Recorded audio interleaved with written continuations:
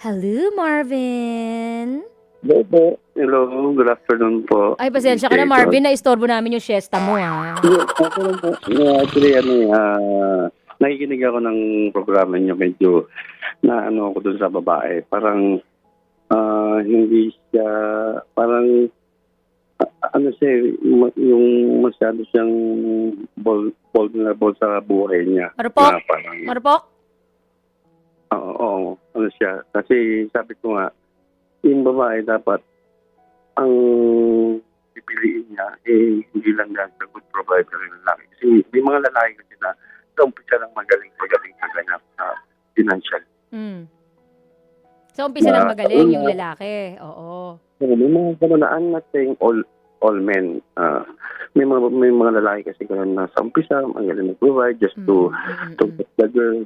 Totoo. Totoo naman yan. Kasi may mga pros and cons eh. Lahat ng pipiliin niya yung bata, may pros and cons. Ganon din yung mas may edad, may pros and cons yan. Hindi natin alam kung ano ba talaga pakay nung mas matanda. Kung baka matanda ka naman. Okay. So, mas elder. Kasi I'm May edad 51 na lang, may kasi. edad na lang, may edad. May edad. Okay. Okay. Let's say matured.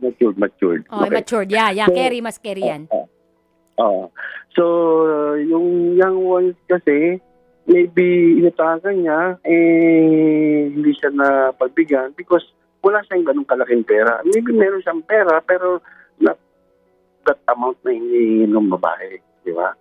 Oo, pero Marvin, sinabi ko kanina, 'di ba, kasi nga sana kung talagang mature yung lalaking yon, yung may emotional intelligence nga siya. Sana, 'di ba? Sinabi niya yung totoo. Kung meron siyang emotional intelligence, kaso hindi man lang siya sinin. Yun nga din ang mali din ng lalaki. Diba Siguro, pwede natakot lang din yung mas bata, di ba? Di ba? Mas natakot siya na parang nagkaroon siya ng self-pity na hindi ko matulungan tong babaeng mahal ko. May ganun eh. May ganun circumstances eh. Just like what happened to Yeng and Ryan Bang. Ganun, di ba? Natatakot. Uy, ba't ka man na nagda-drop ng name na ganyan? Napanood ko naman sa other show. Oo. So, di ba? May mga ganun situation. Kasi kung yung babae na yun, marunong lang siyang makontento sa buhay. You don't need to, put yourself in a situation na, especially pagdating sa pera, na mahilig mangutang, di ba? Yung problem kasi ginawa ng babae, hindi naman sige, meron siyang babayaran na upa or something. Hindi dapat alam niya kasi dapat yung kakayanan niya, di ba? Oo. Kasi Ano rin si Mari, no? Kung pipiliin niya yung sa nag-provide sa kanya ng financially, ano yung magiging kapalit nun? On the long run. Di ba? Tama. Ano yung magiging sitwasyon niya in the long run? Yung ba tuloy-tuloy? Yung ba mapoprovide siya to the future or hanggang doon lang yun? Kasi I'm not saying it may some of us men, o sabi ko na kasama na ako, kasi mga lalaki, meron kami mga tendency rin na sometimes we do parang fishing, parang gano'n yung, lahat gagawin namin to the extent makuha namin yung para makuha namin ang pag-ibig ng babae to the extent minsan hindi na lagpas na sa capability namin para lang masulo isang babae. Meron din namang mga lalaki na magpapakatuwa ako sa'yo, hanggang dito lang talaga ako.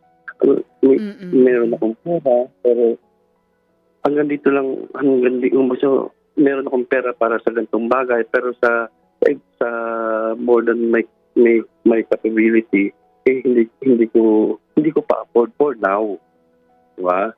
Kasi kung makita naman na doon sa mas bata na okay, ano naman to hardworking naman yung bata mas bata, hardworking naman. Although hindi siya nag-earn ng as much as or yung katulad nung na-earn nung mas matanda, di ba?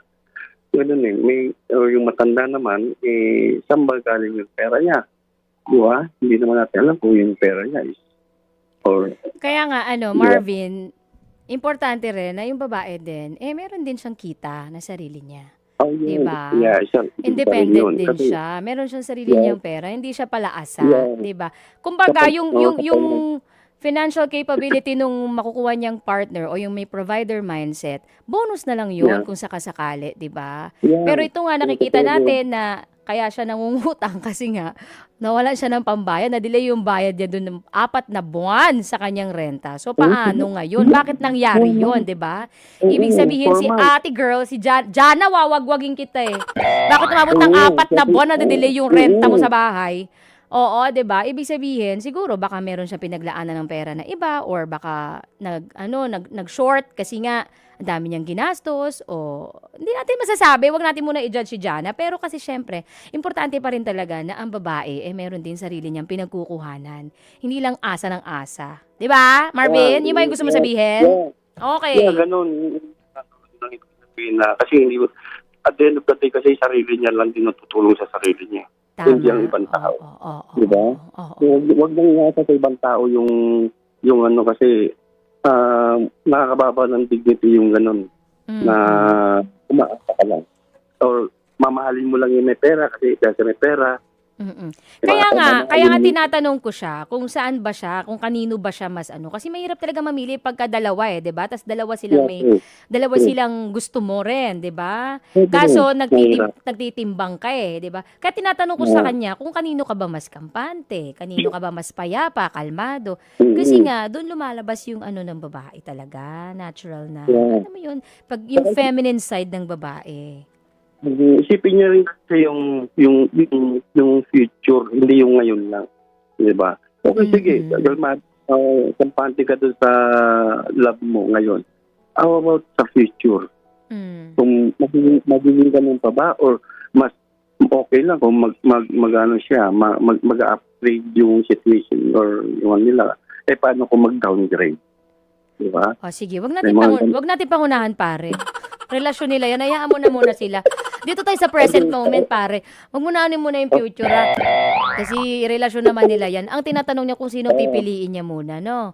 Nalilito siya. Kaya bigyan natin siya ng tulungan natin siya makapili. Wag na natin siyang pangunahan.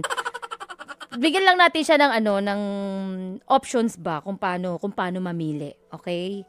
Ang mga babae naman, malakas naman ang instinct yan eh. Totoo. Trust her instinct. Di ba? Yung instinct niya, trust niya yun. Para wala siyang pwedeng sisihin. Kundi sarili niya na. Yeah. Yeah. Oo, di ba? Okay. Huwag yung tumingin physically. Kasi, di ba, yung instinct niya kanina, kung makita naman niya na okay naman tong mas bata at nakita naman niya na hardworking, kaya lang, puro mukhang ginost na siya eh. Kaya nga, kasi nga, palautang pala si girl.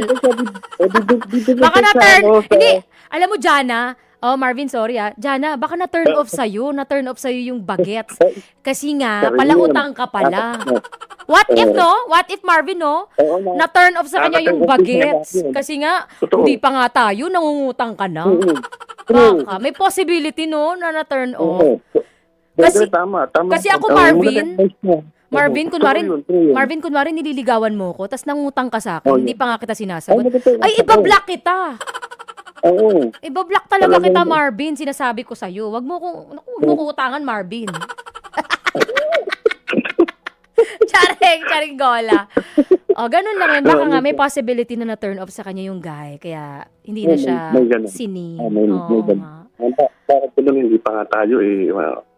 Kasi isipin ng lalaki, baka hindi lang isang beses na gagawin, baka maraming beses. Hindi pa nga tayo. Palautang ka na, girl. Tapos ang laki pa ng inuutang mo.